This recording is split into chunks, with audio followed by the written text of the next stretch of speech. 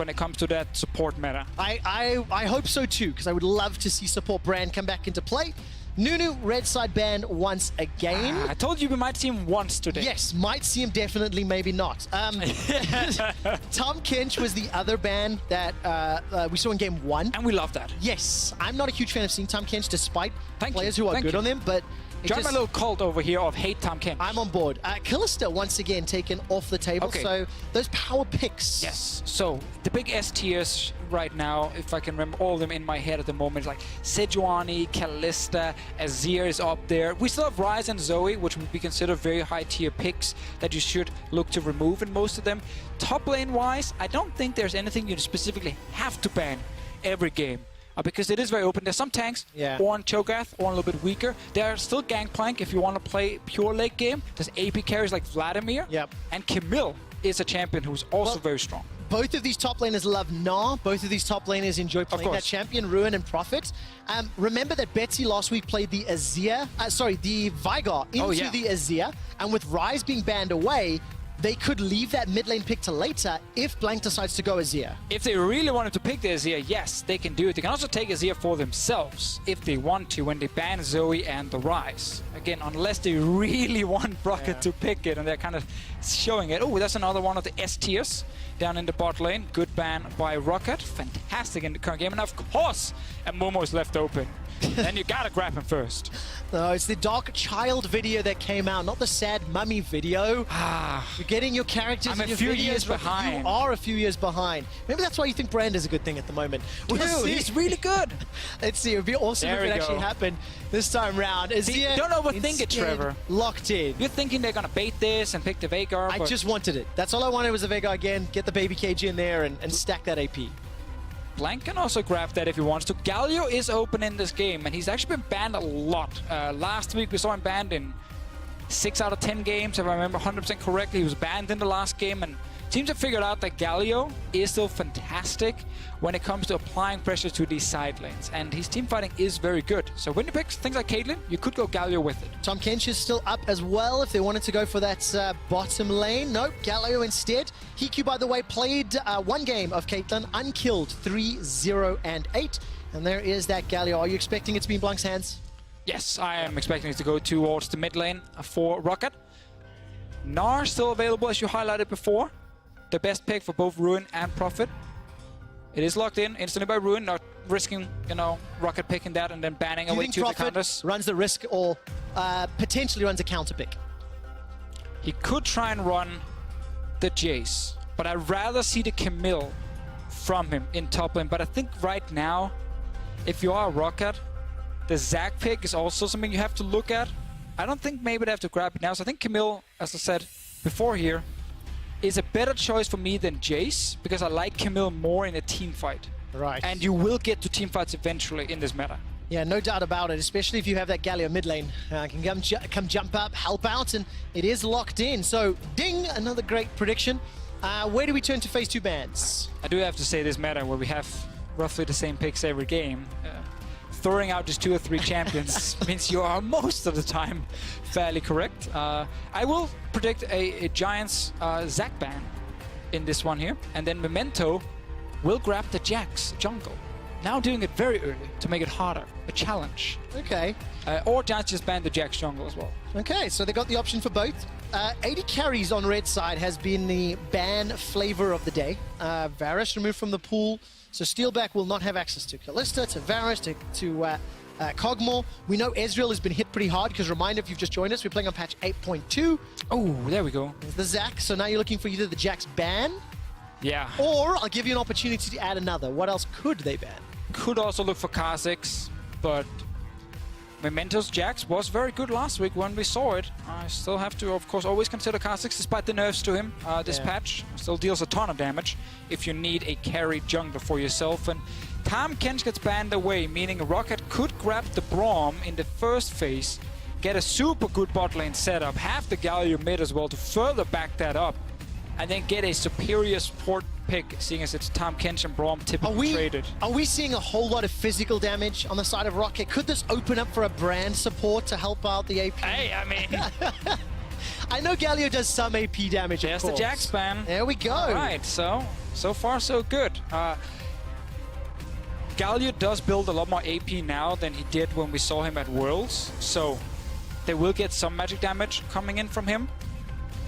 I'm going to talk about this hover here. I think taking Braum makes the most sense, and then wait with your last pick. It could be support Camille. It can be jungle Camille. That's the thing. Oh, jungle Camille indeed. We have seen that. I think when the trick play that in LCK. It's been played quite a bit in LCK. Blanc had a performance on it. The SKT Blanc had a performance on Camille that was awful.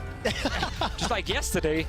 I guess Memento was watching that being like, yeah, I can probably do that better. So now he's taking it, but I think he saw the Jax and Zac ban. Okay, we got pretty far down the jungle list. Camille jungle it is. Jayce top for profit. Surprising Giants, and they grabbed the Thresh in this case here. That is risky. Where's my boy Brand? I don't know. We're going to find out. There's one last pick available. And, of course, Giants still need to round up their team composition. We're looking for their AD carry here, so it won't be the Echo. But you're also playing the Thresh now against the Galio mid lane. Oh, it's Jinx! Oh, we get Jinx! Yes! She was buffed. We'll talk about it in-game. This is a risky bot lane.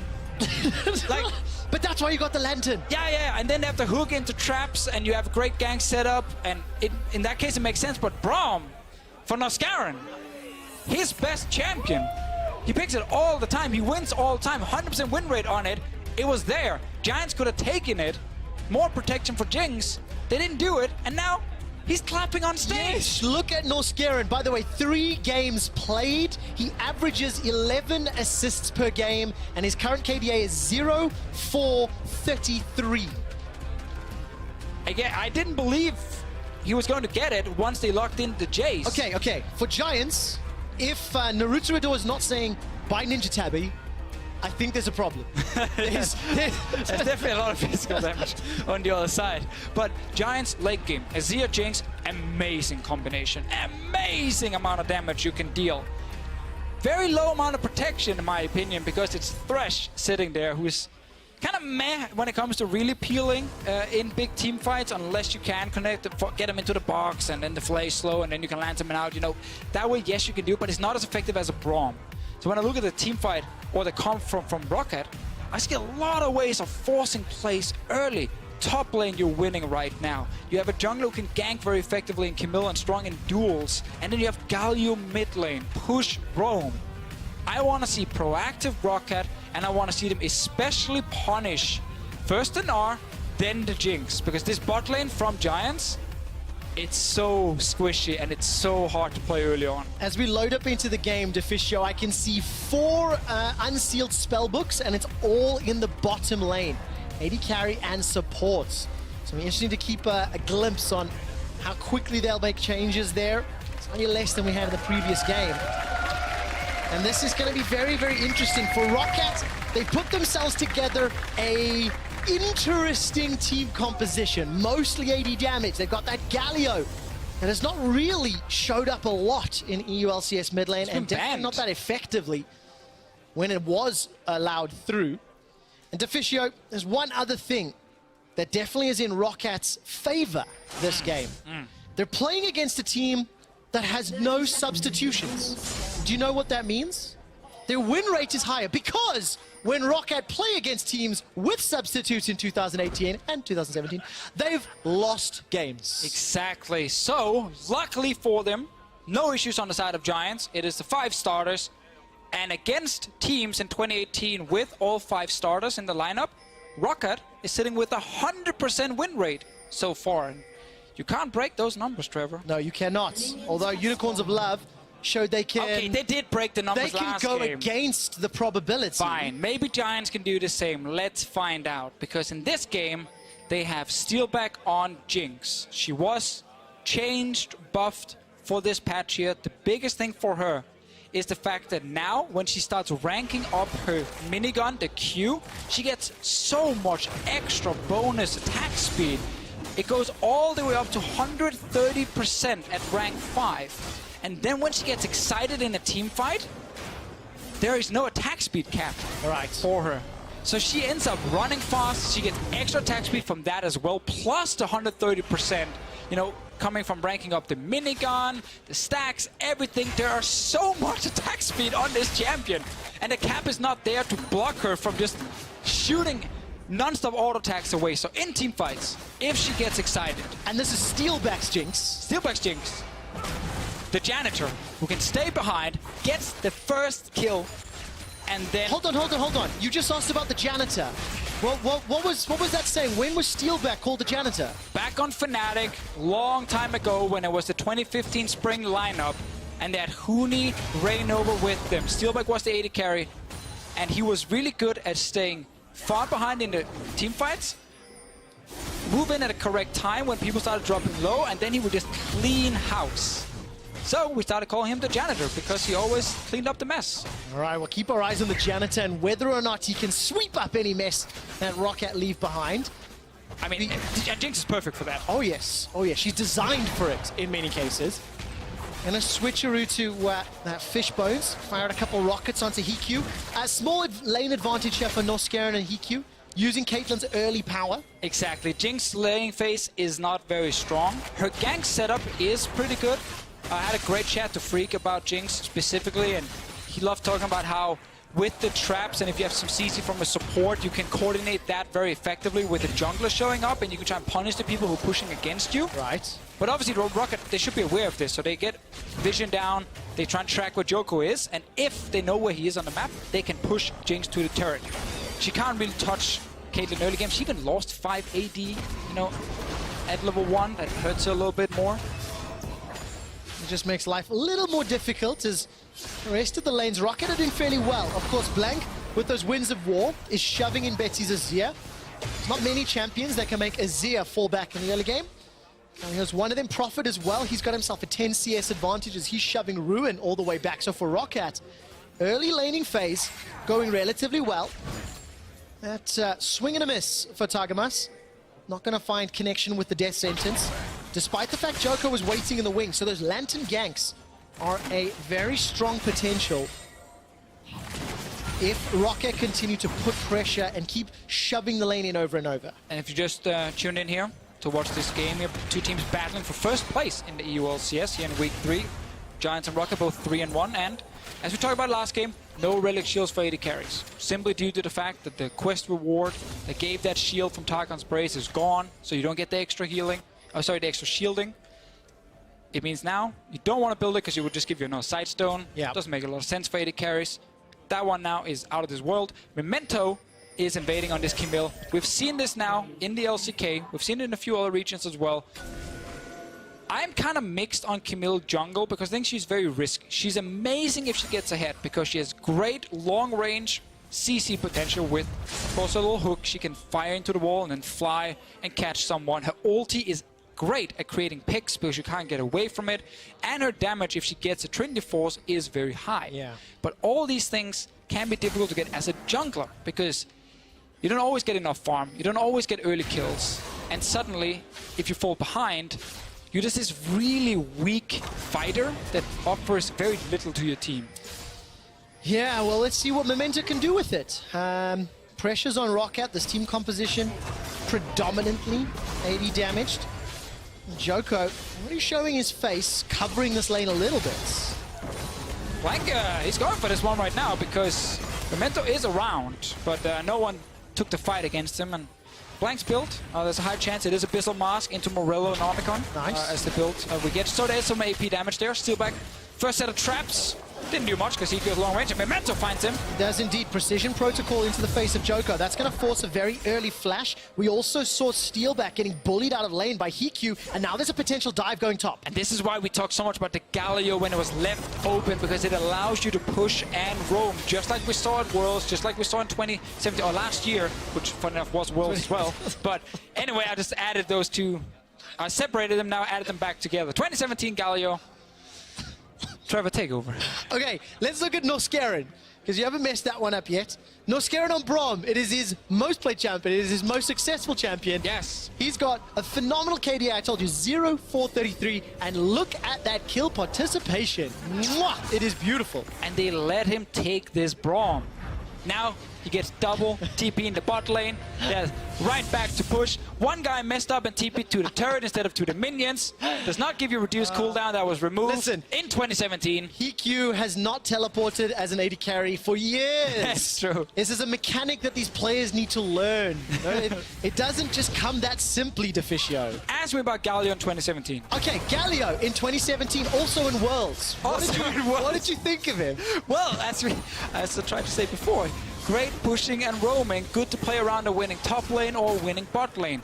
ROCCAT, they got both, winning top, winning bot. Blanc, you can go anywhere on the map and you should succeed. Well, you said winning top. Let's actually put it to numbers. 20 CS advantage for Profit on Jayce. 20 CS advantage for Heaq on Caitlyn, and it's equating to a 600 gold lead before first place. And going bot lane, because there's a stopwatch on the Jinx, makes it a little bit harder to tower diver. Top lane, there is no stopwatch on the Gnar.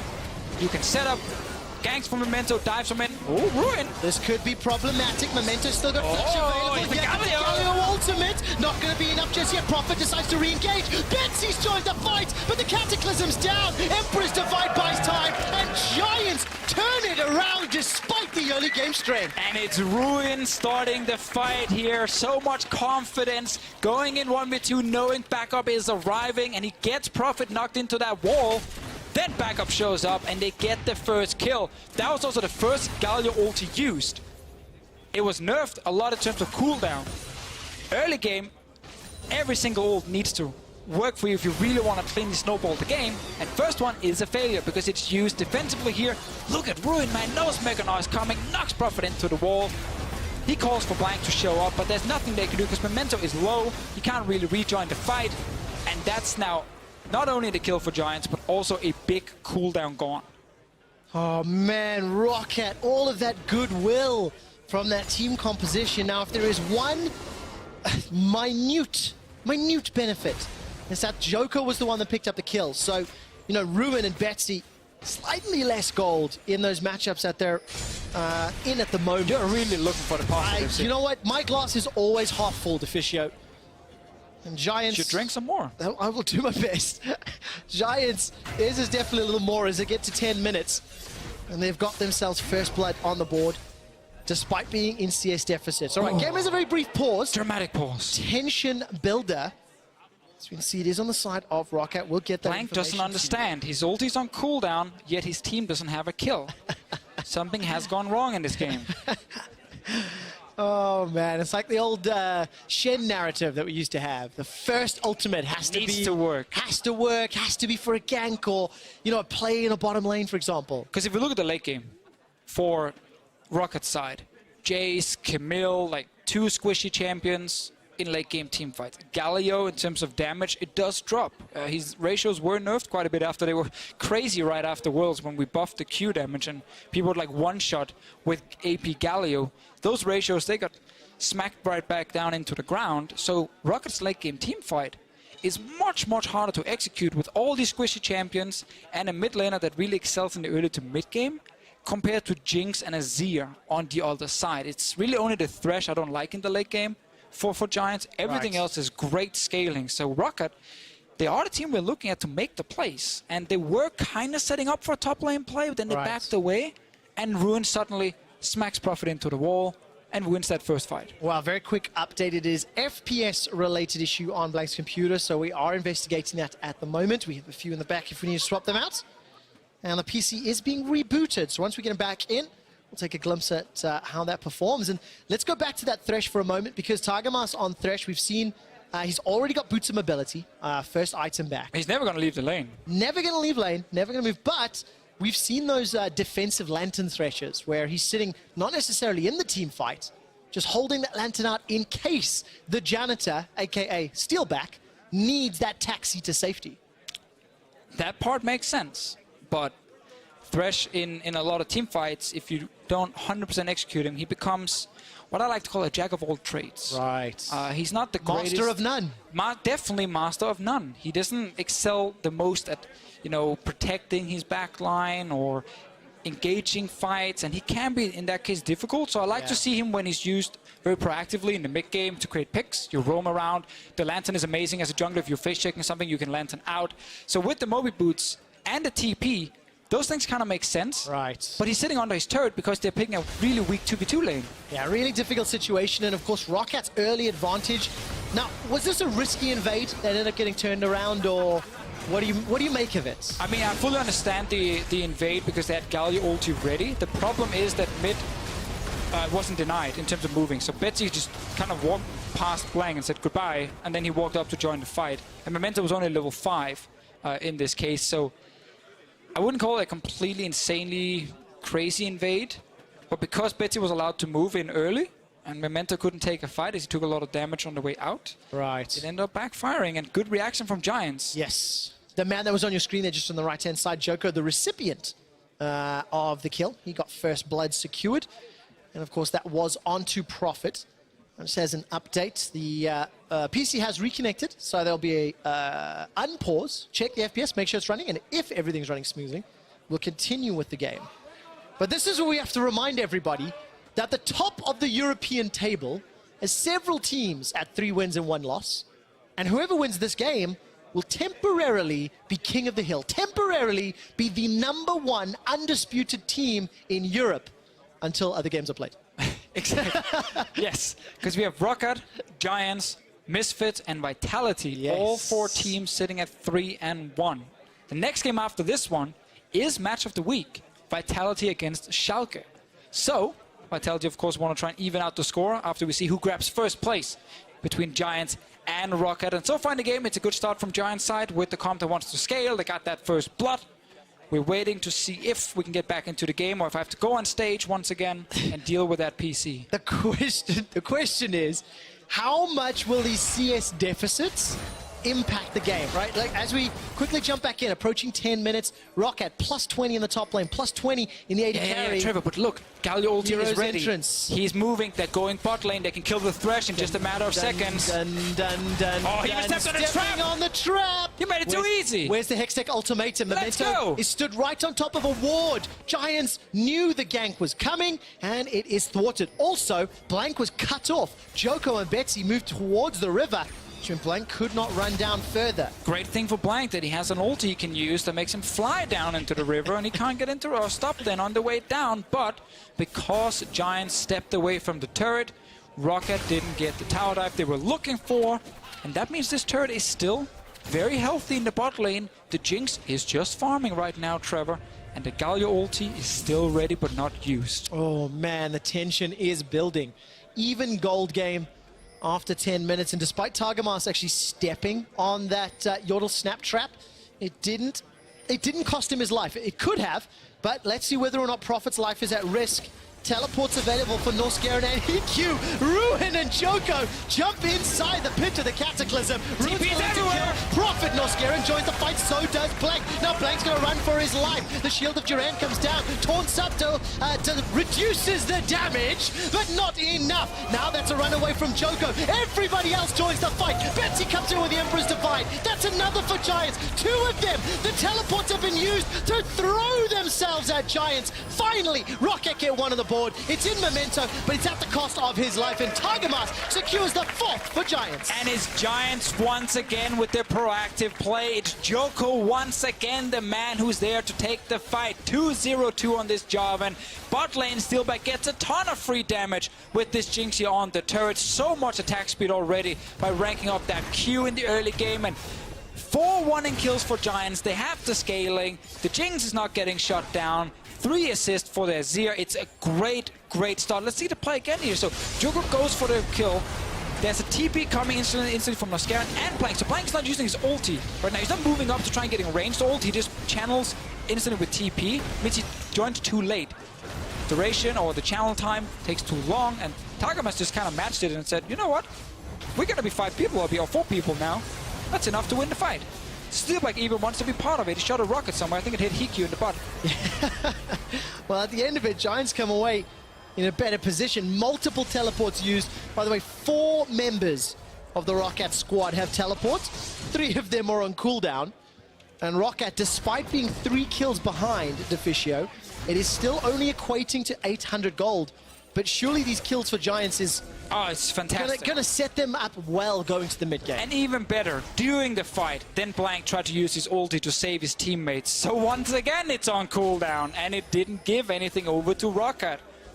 This Galio pick so far has backfired pretty hard for this team, because Giants have found 2 great team fights in the early game to punish ROCCAT. And Naruto said it in the pre-game interview, how he feels the team is just on top of the meta, and 8.2 hasn't changed a huge amount. They've locked in the Jinx Thresh. It was different, but it's working for now. And this was just a small little clip of Giants in the EU mic check that you guys can, of course, check out on the LoL Esports YouTube and website and all that kind of stuff. Remember, it's the EU mic check.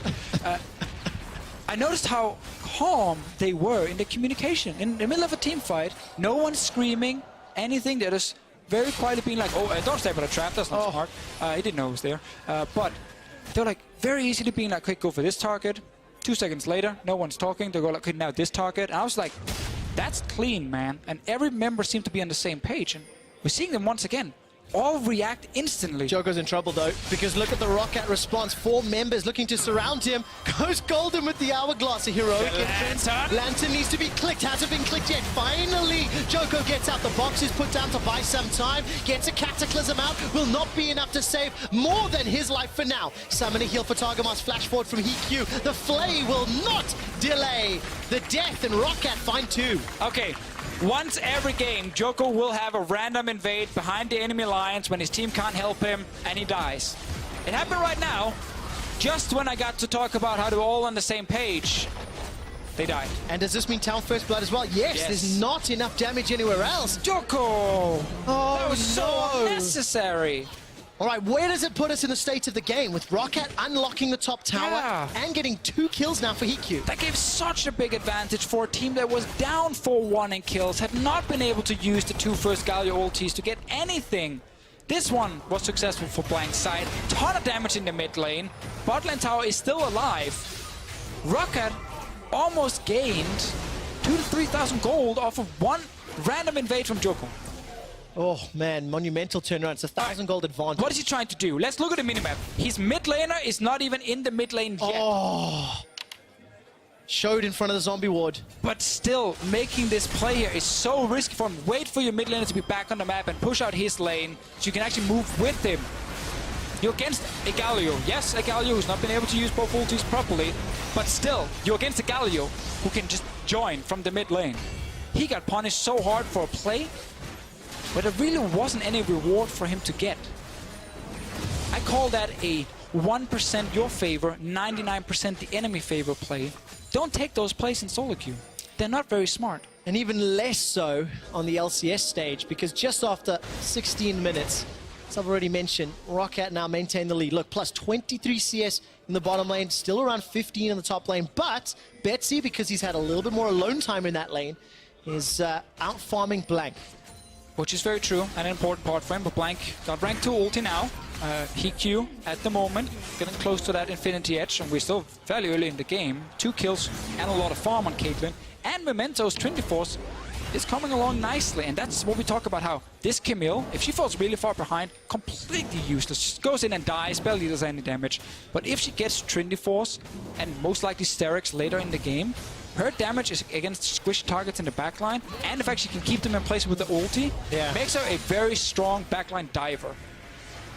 Well, Memento needs to find those fights, right? He needs to find those opportunities. Yeah, that's true. But he will know that when he finds it, Blanc flies in on top of him as well, and you have great setup. Assuming Blanc has not used his ultimate defensively like he has almost every time. Very true. And then we have to see if Targamas' positioning with that lantern you wanted to talk about is good enough. One thing that is great about Thresh in a stopwatch meta and in a meta with Caitlyn traps is if someone uses stopwatch, he can then try to lantern them after. Let's see what happens here. Whoa, there's the flash engage with the baby cage, and there's the ultimate, but Blanc will not find Memento. Now all of a sudden it's up to Norskeren to body block with that shield. Ruin gets taken down. ROCCAT were able to 5v1 him. Now Giants run away from that mid-outer turret, and that was it ended up being good engage despite what looked like a good defense. Yeah, Betsy did manage to knock Memento out of his own ulti so that Betsy could walk away from the fight initially, but then Ruin joined, and then he ended up going down because this ROCCAT lineup, they bring a lot of damage here in the early game. So many damage deals on their side. It wasn't Abyssal Mask from Blanc, it was instead Rod of Ages in this game for just additional AP early on. Let's see the setup once again. So onto Betsy. Betsy knocks Memento away from his own ulti, so Betsy can actually get out. But then Ruin is here, and sadly for him, Jinx is not here yet. They can't really take the fight. Steeelback wasn't close enough, and ROCCAT gets another kill. And Norskeren interrupted a lot with that Glacial Fissure. And despite Steeelback firing the Super Mega Death Rocket from behind, did not find a target. ROCCAT come out in the lead once more. Memento one step closer to that Trinity Force. And this Rod of Ages, of course, makes a lot of sense as well for Blanc because there is not enough magic damage on Giant's side to warrant the Abyssal Mask, as talked about earlier here. But yeah, Trinity Force almost there. Sheen is the most important for Camille because the first Q she uses procs the Sheen, then she has to wait 1.5 seconds, which is the cooldown on Sheen, for her second Q to deal the bonus damage, the true damage. So she gets Sheen procs on both of them, which is a ton of damage if you can actually stick to a target. Oh, especially when that Trinity Force gets completed. Yeah, even better, man. Deficio, we're approaching 20 minutes, and over the last 2 weeks, Giants and ROCCAT's play style has really spiked from the 25 minutes onwards. We've got some numbers to back that up. The post-25-minute gold spike. Talk to me a little bit about why, and I know we've said the late game comps being one part of it. I mean, a lot of the late game comps need 2.5 items before they really want to start team fighting, and typically around the 25-minute mark, you have at least guaranteed 2 items, and you are on your way to the third one if you haven't already completed it, if you are farming very well. So when you start hitting this 25-minute moment, you can start grouping as 5. You can start playing around mid lane, and then you start playing around Baron. And that's a good way to get team fights, which is what these comps want to do. And these teams have found the team fights. They have won the team fights, and then taken the Baron right after, and used that to get a much bigger goal lead. So they've always waited. ROCCAT in this game, though, because of their draft, wanted to be more proactive early. Now ended up working out, but they get punished earlier in the game. So we've had more action than we normally see from these two teams before 25 minutes. But it's been actually a very entertaining game because there have been so many fights. And interestingly, despite the extra action, they're still even at 20 minutes. You know, yes, it is a 2,000 gold lead for ROCCAT. Don't want to discount that at all. However, the scaling advantage on the Giant side means ROCCAT needs that lead, right? They need to keep some form of advantage, especially over these next 10 minutes, if they want to set themselves up well in the mid to late game. Well, ROCCAT will have to show us some amazing late game team fight with this backline dive of Camille and Galio, but it's going to be hard for them against Betsy's Azir. And if Steeelback is left untouched, as we keep talking about, and he gets excited, no attack speed cap, crazy amount of attack speed scaling on this Jinx, and then she just takes off completely. When she sits with attack speed boots and double zeal item, and she gets excited, she already gets to the point where she's basically capped in attack speed, and then she really starts benefiting from going above it with, of course, that being removed, the attack speed cap. Oh yes, get excited in those team fights. It means I get to yell a little bit more and watch the janitor clean up, watch Steeelback tear through the team fights. You know the hardest thing about playing Jinx in late game fights? Tell me. People think it's, you know, the range in minigun can be a little bit difficult to use, but it's actually controlling your own excitement when you get excited. Because you start standing up when you're playing, you start screaming because you're just running the enemy down and shooting everything right in front of you, and you often end up in the front line. I don't know how your desk is at home, Deficio, but I cannot stand up and play League of Legends at my desk. However, I understand the point you're making. We'll see whether or not Steeelback jumps for joy. How can you not stand up in front of your desk and play League of Legends? Because I'm sitting in a chair. Yes, but then you can move the chair back and stand up. Or do you have a chair? Do you have a table all around you? Are you just like sitting in the middle of a table? That's it. That's how it works. Hole there, it's like a donut. It's a donut desk. That would be some interesting fan art. That would actually. I like it. I like it. Blanc, he wants more damage. That's a Leandris right now on this Galio. Well, not really surprised. You did say he was going to build AP. I thought it was going to be Morello coming in, but Leandris for him.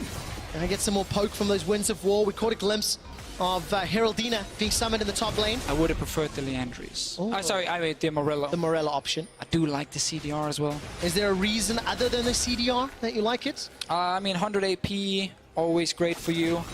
CDR mainly is the one I'm looking at because it's 80 right now on Leandris, so the difference there is not that huge, but he's not even against that many tanks that he wants to burn down. Deficio, you said around 25 minutes. Both of these teams have liked to group as 5. It's 22 minutes, and ROCCAT were just doing that in the mid lane. Yeah, we get to that 2.5 item moment in the game. It's what Giants have been waiting for all game long. 1.5 for Profit. He's gone for the split push build that we saw previously as well, the Blade of the Rune King, working his way towards Black Cleaver as well. Trinity Force was completed for Memento. Oh yeah, the power spike. And literally on that Winds of War, but it'll still count, as ROCCAT will look to secure their first dragon of the game, which is an Infernal, unless Giants can interrupt. Norskeren. Oh, we get a fight here. He's going to try to body block. So an Infernal Drake for now, Trevor. Here's Djoko. Smite fight is won by Memento, and look at the baby cage. You cannot escape that. Now Giants, they've bitten off more than they can chew. Betsy's running for his life. ROCCAT get a kill, and they are donated the dragon. Yeah, Djoko right there. Thought he could try and get the Steel and Lantern out, but you cannot get out if Memento is right next to you with that ulti from the Camille. Luckily for Giants, though, Ruin is sitting top lane. Cancel that TP, and we'll just get the turret for his team. But the lost Infernal Drake, and in a game that's looking to go late game, that can be important for ROCCAT. Oh, very, very exciting as we continue to scale up, get those items, and this dragon, first Infernal of the split for ROCCAT. Let's see once again here. It's already being started down beneath the screen at the moment, and they're kind of not committing for a fight on the side of Giants, just thinking, try and steal and then Lantern out, but that's not I mean, is that just forgetting about Hextech Ultimatum, or...? No, I think the timing was just slightly off. I think if it just jumped in, instant smite and then out, yeah, it can work. Okay. But the dragon wasn't low enough for Djoko to do that, so timing just slightly off from Giants right there, and ended up costing them a kill, and they still lost the Drake. Heaq just completed his rapid fire cannon, so he's now able to use both of those seal items together. The Caitlyn is past the weak mid game. She's looking good right now. No sorcery on his side. And ROCCAT need that. ROCCAT absolutely need that, because this gold lead does not mean a lot as we get into the 30 minutes, the 35 minutes of this game. It's a tiny one. It's really not significant enough, especially with the squishiness of those targets. So let's see how ROCCAT play this one, because Baron is going to be an option that they need to look at, and of course itemization. Finally 2 items there for Profit. He's got that Black Cleaver. Yeah, he's been shut down in this game. Yep. Died both times in the early game when Giants look for a fight. Around mid lane, Djoko will force Memento out. But it's second time today we get Jayce versus Gnar here in Europe. We get the Blade of the Rune King Black Cleaver build once again. Very focused on landing as many auto attacks as possible when you sit in that side lane. But Gnar just pushes and leaves. And Jayce doesn't really get enough autos off to really utilize the Blade of the Rune King from what we have seen so far. The Gnar is able to get Randuin's and then walk away and be more impactful in team fights. Okay, I've not really been looking at the vision a huge amount for the last sort of 5 or 10 minutes. It feels like fairly defensive wards from Giants, as it's mostly in the river towards Baron, and now ROCCAT trying to push that deeper. Is this when ROCCAT need to start thinking about Baron, unlocking that Baron to help out the split push power of their team composition? At least think about baiting a fight around it, because their comp is really good at turning.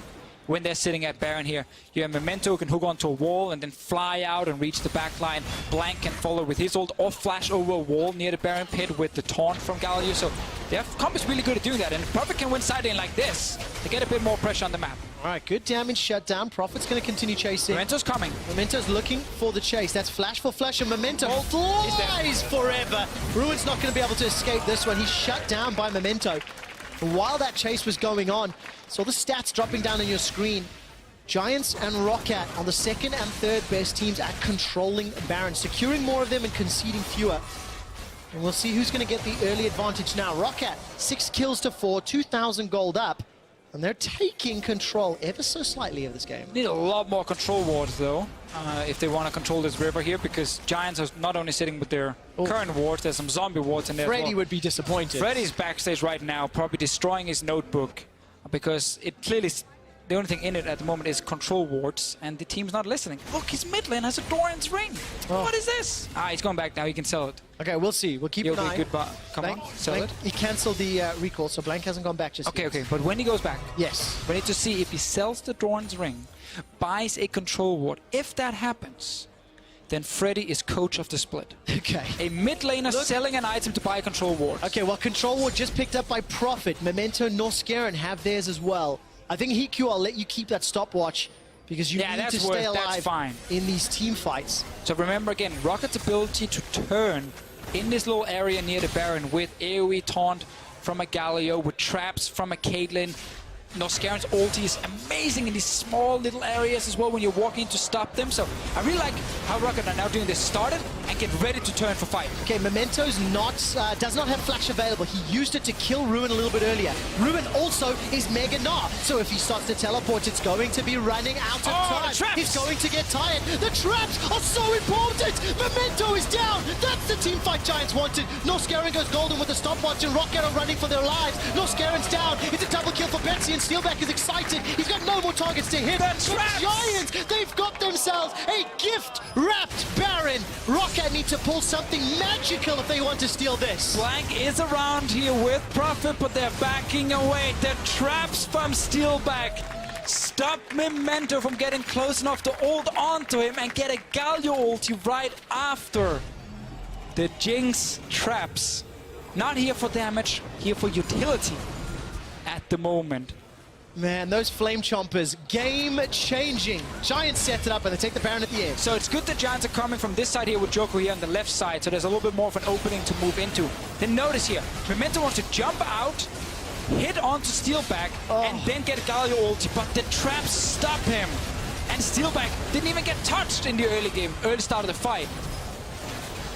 That was so huge for Giants. The interrupt on the hook shot. And they win the fight here. Good trap placement and another fight. There it is indeed. Norskeren's on the front line. Look at the Emperor's Divide. Unfortunately, doesn't really find a target.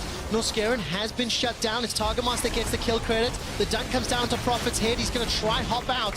He'll be the second of the fight. Now ROCCAT are being pulled apart. Blanc's going to try to charge up that taunt. Will at least find a connection onto Djoko before Justice punching to safety. And Giants, with Baron-empowered minions, they're on the middle turrets. It's all going wrong now, Trevor. They lost the Baron. They're losing a mid-turret. Jinx is fed at the moment. 300 CS on this carry here for Steeelback. And of course, next to him is Betsy. I guess I should highlight his 304 Azir. Yeah, pretty good 7 out of 8 kill participation right now. Right, 20-second death timer for Profit. It's a 5v4 at best. How greedy are Giants? Not at all. They'll be happy to take the middle inhibitor and back away. Yeah, smart. Smart in the late game setups here. Oh, oh. Baited me as well. Yep. Correct route towards the Baron. The traps. Man, the traps. Unreal, isn't it? One little ability changes the tide of the fight.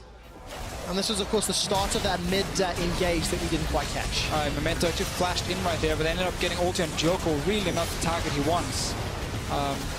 Giants, after once again keeping the backline safe, because the combo of Camille Galio doesn't reach it, means that now Betsy and Steeelback can kill whoever's in front of them. And you know what? Despite the mistake from Djoko earlier in the game, you know, invading when he got killed and punished, he's got 100% kill participation, and as the rest of the game has played out, feels like he's at the right place at the right time, and he's doing what the Giant squad needs. Yeah, he had a tough situation in the early game, but actually now he's in a trap. Let's find out. That doesn't work. So no, why? Why immediately as I say it? Immediately as I start praising Djoko, he walks into the jungle and basically suicides. Is that my fault? That was a trap. Okay. So, kind of your fault for cursing him. Sorry, Giants fans. I'll take that one. My bad. My bad. Good trap placement from Heaq on the other side, and yeah, early game from Djoko, like, pretty tough spot to be in. Like, your top lane is losing, your bot lane is losing, there's a Galio mid lane. Like, really not where you want to be a jungler, because it feels like wherever you're gonna go, you should get counter-ganked and you might die. But it was instead Giants who found the ganks and the openings to get ahead. They then fell behind after quite a mistake and found the way back at the Baron, and now they can take this Cloud Drake despite having lost the jungler. Doesn't matter at this point. We're going into the full late game territory very soon. And Giants are going to be pretty happy with that. They are. For the most part. Trevor, you wanted some Ninja Tabbies? You only got 2 on the side of Giants. Can we accept that? I think I don't mind Moby Boots on Thresh. I don't think it was as useful in terms of the early game. However, it makes sense on him, and I do like, of course, the other choices from Betsy. And Steeelback here, and right now, if you're ROCCAT, the combo you were looking for has not been working. You haven't even gotten to the backline yet. Listen, we've also made a mistake. We started talking about Freddy as a coach and whether he'd be proud of Blanc for selling the Dawn's Ring and picking up a control ward. I didn't quite see the timing of it, but there's a control ward in that inventory. So Freddy has instilled the importance of vision for the ROCCAT squad, and they're going to need some magnificent defensive vision if they want to somehow turn this around, but the odds are stacked against them. They got a team for like madmen in this game here with the Jayce and the Camille. It's so difficult with this draft. Like, we kept talking about how it was ROCCAT who had to force early mid game, and it was Giants who had the better late game, and now we're at the point where Giants are not only, you know, in the late game, they also ahead in the late game. 3k gold. They got the first Baron of the game. They've only lost the Infernal Drake. Great spot to be in. Another good performance from Betsy when it comes to team fighting as well here with the Azir. And we're just kind of waiting for next big team fight to see if Steeelback and Betsy stays untouched in the backline. Then they win for sure. Deficio, talk to me about Betsy. What do you think of Betsy in 2018? Is this a return to glory? Is this him stepping up better than past performances? What do you think? I think it looks a lot more consistent than what we saw last split. Because we always had some good Betsy performances. Yep. We were like, wow, he's Vladimir, spot on, or that's Swain, sexy, you know? Now with Betsy, I feel like it's been almost every game where he's had very solid late games. It's really favoring him with the Azir, and yeah, there we go. That's a correct graphic. It is Schalke Vitality. Match of the week will be Schalke versus Vitality. It is the battle of the AD carries, mini Trupac's upset, and of course the mid laner, Italian Stallion, or the king of mid lane, Nukeduck, at least according to many pros. I thought you were going to go with Year of Nukeduck. I'm trying to brand it. Oh yeah, but then how do we, the Italian Stallion versus the Year of Nukeduck? Or the Norwegian Duck. There we go. Not as powerful as the Italian Stallion. Either way, to get back to the sexy Swain of 2017 Betsy, just consistency is what you're liking this year. Yeah, a lot more consistency, not making any mistakes in the early laning phase. On the scaling champions, his Veigar was good. His Azir has been very good so far when he's played it. And when you're on a late game meta and he doesn't get shut down early, Betsy gets to shine. Yeah. And that's what we're seeing now on the side of Giants. And the same thing for Steeelback. Definitely working out for Betsy. He was roughly 100 CS over Blanc. So just a moment ago, you talked about Steeelback, 367 to 388. He's got that fourth item completed, Steeelback, that is. High Edge, Bloodthirster, Rapid Fire Cannon, Static Shiv. He's ready to clean. Now, interestingly, it's still very even in the gold. It's 1,000.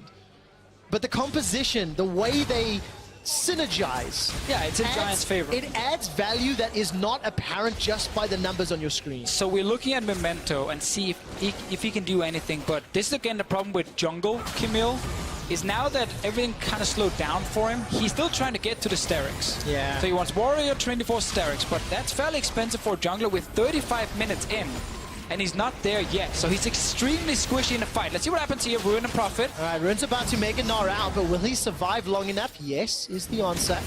Hate asking those obvious questions, and Heaq and Prophet will be able to pick up a defensive kill. 7 on the board for them. Baron is live, and Giants have peeled backwards. I'm looking at the vision on the minimap. It's not the greatest, but at least gives some sort of early indication as Giants are setting up. They can kill it so fast with minigun as well from the Jinx. That's where she gets extra attack speed for what happens. Yeah, the Hextech ultimatum, flash away from Djoko, or just a dash instead. It was the flag and drag. Norskeren takes him down. This could be good for ROCCAT, but they're running low on HP. Prophet's forced to run from Ruin. Ruin's going to be able to Gnar out. The Unbreakable breaks as Norskeren is taken down. Steeelback gets excited but can't find another target, and it's a 2-for-1 in favor of Giants. Yeah, and while ROCCAT, they get that kill onto Djoko, he's not the man you want to kill. You need to get onto the carries, otherwise they will just take you down. Another fight in favor for ROCCAT here. For Giants, I mean, ROCCAT's base, on the other hand, is taking quite a beating. Oh man, Giants on the verge of sitting alone in first place. 4 wins and 1 loss at the beginning of the spring split. They're going to set their sights on the Nexus turret. Heaq takes a shot to the face. Steeelback will get body blocked by Targamas to survive a few seconds longer, but that AP Galio Blanc takes him down. Betsy shuts down Memento in reply. So far it's a 1 for 2. The Nexus turret stays standing, and ROCCAT hold on to their base. Oh, Blanc is TPing in behind them right now. Let's see if we can do anything. Home guards and everything. Okay, what can he do? He needs a Justice Punch to the face. He's hovering across the right floor. now. He's no support. Got himself that AP build and a little bit of resistances in the goggles. Stone plate. You had to force that AP build in there. Enough, I know. I was just thinking about ways he could find a kill. Not going to matter. And let's replay the entire engage. Once again, the Lantern won't get you out. will keep you alive, but they're buying a lot of time right now where it's just Djoko going down because Ruin is taking the 1v1 against the Jayce. Gnar at this point with the armor, he doesn't care. Beats Prophet.